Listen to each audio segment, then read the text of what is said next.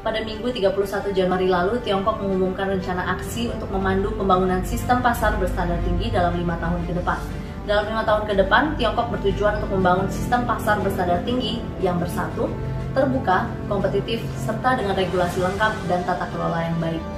Rencana aksi ini untuk pertama kalinya diluncurkan oleh Kantor Umum Komite Sentral Partai Komunis Tiongkok dan Kantor Umum Dewan Negara. Tiongkok akan mengkonsolidasikan institusi dasar pasar dengan meningkatkan perlindungan hak milik secara komprehensif, menerapkan sistem daftar negatif untuk akses pasar, dan membuat kemajuan dalam persaingan yang sehat. Tiongkok juga akan mengadopsi daftar negatif nasional, memperluas uji coba akses pasar, serta memperkuat dan meningkatkan penegakan hukum tentang anti monopoli dan anti persaingan tidak sehat. Sistem pasar berstandar tinggi ini memiliki arti penting, terutama ketika pandemi COVID-19 telah membawa tantangan baru bagi perkembangan pasar. Wakil Ketua Pusat Pertukaran Ekonomi Internasional Tiongkok, Wang Yining, beliau mengatakan reformasi pasar yang mendalam, termasuk sistem pasar berstandar tinggi, akan membantu memperbaiki hubungan yang lemah dalam pembangunan ekonomi dan menyuntikkan momentum pertumbuhan baru.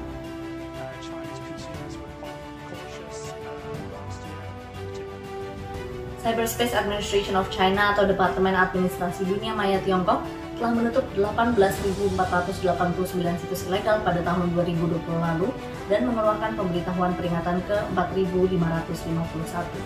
Menurut laporan pada Sabtu 30 Januari lalu, situs-situs web tersebut ditutup karena telah mempromosikan game online atau informasi kencan dengan menyamar sebagai kursus online. Sementara yang lain dihukum karena menyebarkan materi ilegal termasuk konten pornografi dan kekerasan. CAC tahun lalu juga telah meluncurkan serangkaian kampanye untuk membersihkan dunia maya dari platform yang mempromosikan kegiatan ilegal, memberikan pengaruh negatif pada masyarakat, dan berisi informasi yang berbahaya bagi remaja. Tidak hanya itu, CAC juga terus mengarahkan Departemen Administrasi Dunia Maya tingkat provinsi dalam menangani situs web ilegal dan platform online, serta mengintensifkan penegakan hukum dalam hal ini.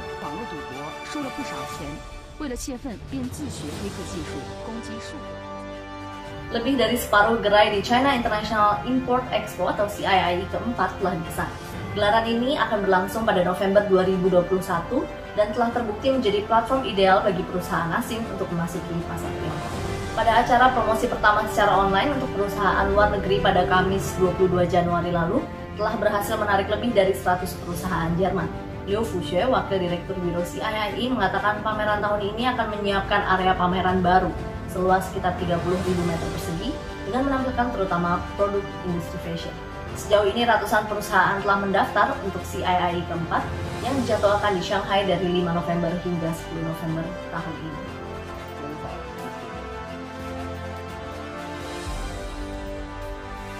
Unit tenaga nuklir pertama Tiongkok yang menggunakan reaktor generasi ketiga Hualong-1 di kota Fuqing, Provinsi Fujian, Tiongkok Timur, telah menghasilkan listrik untuk dikomersialkan. Hal ini sejalan dengan tujuan Tiongkok yang akan lebih lanjut mempromosikan kerjasama internasional dalam penggunaan energi nuklir untuk tujuan damai. Kepala desainer Hualong-1 Xin Qi pada Minggu 30 Januari lalu mengatakan bersedia memberikan teknologi Hualong ke negara lain di seluruh dunia, termasuk komponen utama, pelatihan personel, serta pengalaman dalam kerjasama global. Dirinya juga mengharapkan kerjasama yang lebih luas dengan negara lain dalam mengembangkan teknologi baru pada energi nuklir. Hualong-1 memiliki masa pakai yang dirancang selama 60 tahun dan memenuhi standar keamanan paling ketat di dunia. Inti reaktor Hualong-1 berisi 177 unit bahan bakar dan desainnya dapat meningkatkan kekuatan unit sekaligus membuatnya lebih aman. Sebelumnya, Tiongkok telah berpartisipasi aktif dalam organisasi internasional di bidang energi nuklir seperti Badan Energi Atom Internasional untuk mempromosikan pertukaran teknologi internasional.